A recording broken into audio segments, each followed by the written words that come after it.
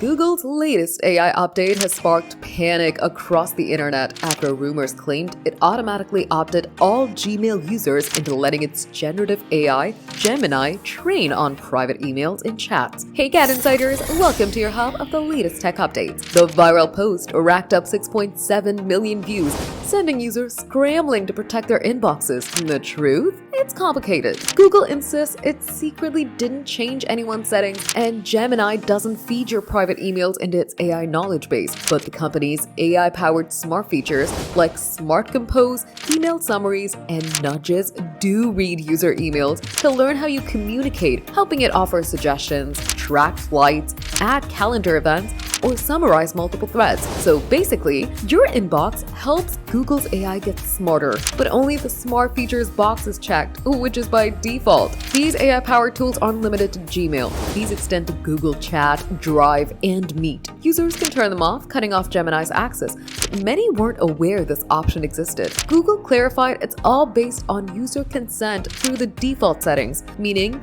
most people are opted in without actively choosing it. For those looking to use Gemini, there's Gemini Deep Research, a separate project that can dig into your private content for complex tasks, but only with a separate permission. Google says it uses this data to improve services and develop new AI products with complete privacy. So Google didn't hijack your inbox for AI training, but if you leave smart features on, Gemini will quietly read, learn, and help itself with your private content. If you want privacy, it's time to turn those smart features off before the AI gets any smarter. For more updates, like this video, comment what you think about this, and subscribe to GadInsider. Don't forget to hit the bell icon so you never miss any tech update.